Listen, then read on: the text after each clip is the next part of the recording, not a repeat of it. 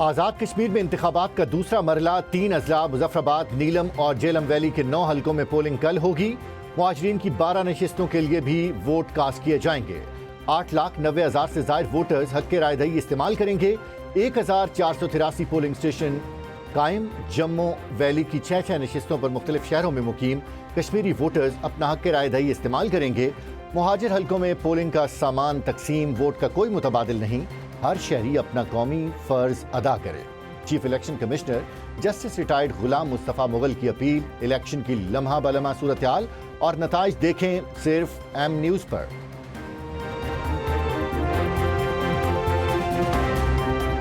آزاد کشمیر میں آنے والی حکومت نون لیگ کی ہوگی۔ سیاسی عناصر مہاجر نشستوں پر سوال اٹھاتے ہیں۔ وزیر اطلاعات عطا اللہ تارڑ کا تقریب سے خطاب۔ کہا، آزاد کشمیر الیکشن کے پہلے مرحلے میں نون لیگ کو برتری حاصل ہوئی، ہر جگہ نون لیگ کی آواز ہے، مزید سیٹیں بھی جیتیں گے۔ نون لیگ کے ترقیاتی منصوبے پورے ملک اور کشمیر میں نظر آتے ہیں۔ کشمیر کے عوام کو وہی حقوق دلوانا چاہتا ہوں جو ہر پاکستانی کو حاصل ہیں۔ عوامی حقوق میں سب سے پہلے حق حاکمیت ہے۔ چیئرمین پیپلز پارٹی بلاول بھٹو زرداری کا ویڈیو پیغام۔ کہا، کشمیر کا فیصلہ کشمیر ہی کرے گا۔ عوام حق حاکمیت کے لیے 2 اگست کو تیر کے نشان پر مہر لگائیں۔ وزیراعظم شہباز شریف کی رائے ونڈ میں نواز شریف سے ملاقات۔ ملکی مجموعی اور سیاسی صورتحال پر تفصیلی تبادلہ خیال۔ نواز شریف نے سیاست میں شائستگی کو ضروری قرار دے دیا۔ تلخیوں سے گریز کا مشورہ۔ کہا، اختلاف رائے کو ذاتی انا نہیں بنانا چاہیے۔ جمہوریت بہترین نظام حکومت، فیصلہ عوام کا حق ہے۔ وزیراعظم شہباز شریف نے کہا کہ ہمیشہ اتحادیوں کے تحفظات بات چیت سے دور کیے، مسائل کا حل مذاکرات اور مکالمے میں ہے۔ ملاقات میں وزیر اعلیٰ پنجاب مریم نواز شریف اور نائب وزیر اعظم اور وزیر خارجہ سینیٹر محمد اسحاق ڈار بھی موجود تھے۔ پاکستان اور چین کی دوستی منفرد، آزمودہ اور ہر چیلنج میں مضبوط رہی۔ پاکستان کی مسلح افواج اور چین کی فوج باہمی اعتماد اور مشترکہ مفادات کے تحفظ کے لیے پرعزم ہیں۔ فیلڈ مارشل سید عاصم منیر کا جنرل ہیڈ کوارٹرز راولپنڈی میں چین کی عوامی آزادی، فوج کے قیام کی 99ویں سالگرہ کی تقریب سے خطاب۔ فیلڈ مارشل نے چین کی عوامی آزادی فوج کو سالگرہ پر مبارکباد دی۔ دفاع، قومی ترقی اور عالمی امن کے لیے خدمات کو خراج تحسین پیش کیا۔ چینی سفیر نے دہشت گردی کے خلاف پاکستان کی مسلح افواج کی قربانیوں کو سراہا۔ پاکستان کی غیر متزلزل حمایت اور 2 طرفہ شراکت داری مزید مضبوط بنانے کے عزم کا اعادہ۔ سیکیورٹی فورسز کا رزمک میں آپریشن فتنۃ الہندوستان کے 5 خوارج ہلاک۔ شدید فائرنگ کے تبادلے میں میجر حافظ احسان الہی شہید۔ نوشکی میں 1 خودکش بمبار سمیت 7 خارجی جہنم واصل۔ دہشت گردوں اور اسلحہ اور گولہ بارود برآمد، ٹھکانے تباہ۔ صدر وزیر اعظم اور وزیر داخلہ کا شہید میجر کو خراج عقیدت پیش۔ کامیاب آپریشن پر سیکیورٹی فورسز کی ستائش۔ صدر ٹرمپ نے امریکی فوج کو ایران پر نئے حملوں کا حکم دے دیا۔ امریکی اخبار وال سٹریٹ جرنل کا دعویٰ۔ کہا، ممکنہ حملے ہفتے کے آخر میں شروع ہو سکتے ہیں۔ ایران کے بجلی گھروں، آئل ریفائنری سمیت توانائی تنصیبات کو نشانہ بنایا جا سکتا ہے۔ حملے امریکہ اور اسرائیل مشترکہ طور پر کریں گے۔ پینٹاگون کا ایران پر ممکنہ حملوں پر تبصرے سے انکار۔ کہا، صدر کی ہدایات پر کسی بھی وقت کارروائی کے لیے تیار ہیں۔ کابینہ اجلاس کے بعد میڈیا سے گفتگو میں صدر ٹرمپ نے کہا، مقصد ایران کو ہتھیار ڈالنے پر مجبور کرنا ہے۔ ڈیل کا اعتماد کمزور پڑ رہا ہے۔ ایران کی حملوں کی صورت میں عرب ممالک اور اسرائیل میں توانائی ڈھانچے کو نشانہ بنانے کی وارننگ۔ خاتم الانبیاء بریگیڈ کے کمانڈر میجر جنرل علی کہتے ہیں کہ جارحیت کر کے بھاگنے کا دور ختم ہو چکا۔ غلط اندازے لگا کر کی جانے والی کسی بھی کارروائی کے نتائج بھگتنا پڑیں گے۔ امریکہ اور اس کے کرائے کے سپاہیوں کو اندازہ ہو گیا ہے کہ ان کے فوجی سامان میں کفن شامل ہونا لازم ہے۔ قومی سلامتی کمیٹی کے ترجمان ابراہیم رضائی نے کہا ہے کہ ایران پر حملہ ہوا تو پورے خطے کو پتھر کے دور میں دھکیل دیں گے۔ امریکہ کے لیے یہی بہتر ہے، امکانہ اقدام سے گریز کرے۔ اسپیکر باقر کالیباف کا امریکہ اور اسرائیل کے ساتھ حالیہ جنگ میں ایران کی کامیابی کا دعویٰ۔ پینٹاگون کو میزائل دفاعی انٹرسیپٹرز کی شدید قلت کا سامنا۔ فاکس نیوز کے مطابق ایران جنگ سے قبل امریکہ کے پاس پیٹریاٹ دفاعی نظام کے 2300 انٹرسیپٹرز موجود تھے۔ تعداد کم ہو کر 827 رہ گئی۔ تھاڈ دفاعی نظام کے انٹرسیپٹرز بھی 452 سے کم ہو کر 278 رہ گئے۔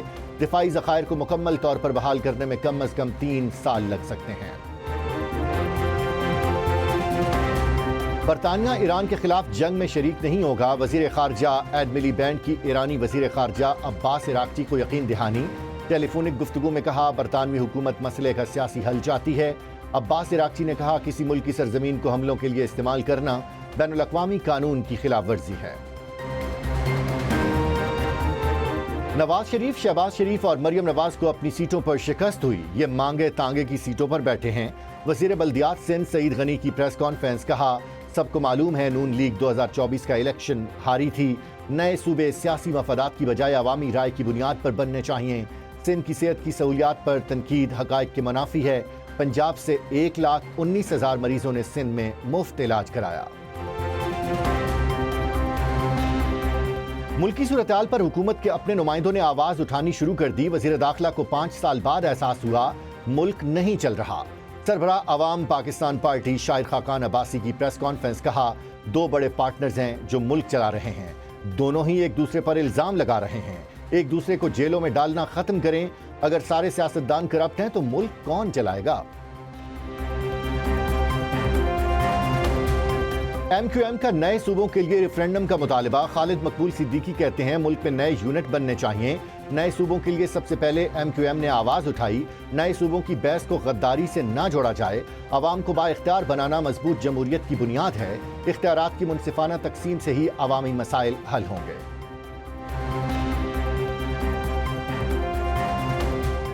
پیپلز پارٹی کی نئے صوبوں کے لیے ریفرینڈم کی مخالفت۔ نثار کھوڑو کہتے ہیں نئے صوبوں کے لیے صوبائی اسمبلی میں 2/3 اکثریت درکار ہوتی ہے۔ ملک کے خلاف بھیانک سازش کی جا رہی ہے۔ کیا 22 صوبے بنا کر 22 وزیر اعلیٰ چاہیے؟ وفاقی وزیر داخلہ کہتے ہیں کہ نظام بوسیدہ ہو گیا، آپ ہائیبرڈ سسٹم میں اچھے لگ رہے ہو۔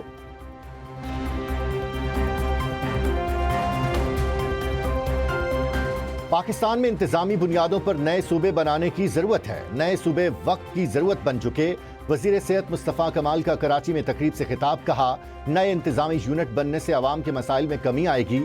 نئے یونٹس کا قیام ہماری خواہش نہیں، پاکستان چلانے کے لیے مجبوری ہے۔ وفاق بجٹ میں سارے پیسے صوبوں کو دے دیتا ہے، ہسپتال چلانے کی ذمہ داری اب صوبوں کے پاس ہے۔ وزیر اعلیٰ پنجاب سے امریکہ کے اعلیٰ سطح کے بزنس وفد کی ملاقات۔ مریم نواز کی سرمایہ کاری کی دعوت، $7 ارب کے منصوبے پیش۔ کہا امریکہ پاکستان کا اہم اقتصادی شراکت دار ہے۔ پاک امریکہ تعلقات کو سرمایہ کاری، ٹیکنالوجی، جدت اور نجی شعبے کے تعاون کے ذریعے نئی بلندیوں تک لے جانا ہوگا۔ وفاقی وزیر احسن اقبال کے حق میں ہتک عزت کا دعویٰ منظور۔ ڈسٹرکٹ اینڈ سیشن کورٹ اسلام آباد کا مراد سعید کو 25 لاکھ ہرجانہ ادا کرنے کا حکم۔ عدالت نے کہا مراد سعید کی جانب سے احسن اقبال پر 70 ارب روپے کرپشن کے الزامات ثابت نہیں ہوئے۔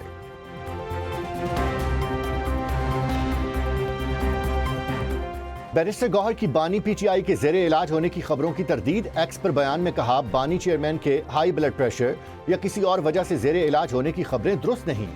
بانی چیئرمین اور بشرا بی بی جیل میں ناحق بند ہیں، ہم ان کے علاج اور رہائی کا مطالبہ کرتے ہیں۔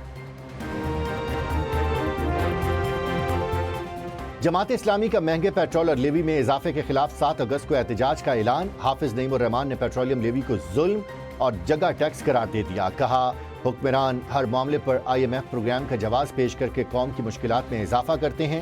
پیپلز پارٹی اور مسلم لیگ نون کے درمیان نورا کشتی جاری ہے۔ بلاول بھٹو فارم 47 کی پیروار ہیں، جب اقتدار میں حصہ کم ہوتا ہے تو شور مچاتے ہیں۔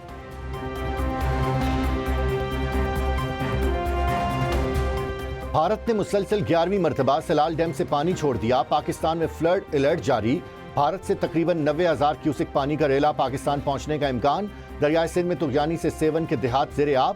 تربیلا اور منگلا ڈیم میں بھی پانی کی سطح میں اضافہ ریکارڈ۔ کالا باغ، چشمہ اور گڈو بیراج پر نچلے درجے کی سیلابی صورتحال۔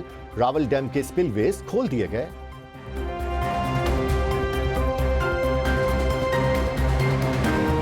براڈ پیک پر برفانی تودہ گرنے سے لاپتہ 10 کوپیماؤں میں سے 8 کی لاشیں مل گئیں۔ 2 کوپیما تاحال لاپتہ۔ ریسکیو آپریشن جاری۔ بین الاقوامی کوپیماؤں کی 10 رکنی ٹیم کیمپ 2 سے کیمپ 3 جاتے ہوئے برفانی تودے کی زد میں آئی تھی۔ اسرائیل کی غزہ پر بربریت کا سلسلہ جاری۔ مزید 2 فلسطینی شہید۔ ایمنسٹی انٹرنیشنل کے مطابق بھارت نے غزہ جنگ کے دوران اسرائیل کو ہتھیاروں کی 2596 کھیپ بھیجی۔ برطانوی وزیراعظم اینڈی برنم نے غزہ میں انسانی بحران ناقابل قبول قرار دے دیا۔ عالمی برادری سے غزہ کے عوام کی مدد کے لیے مؤثر اقدامات کی اپیل۔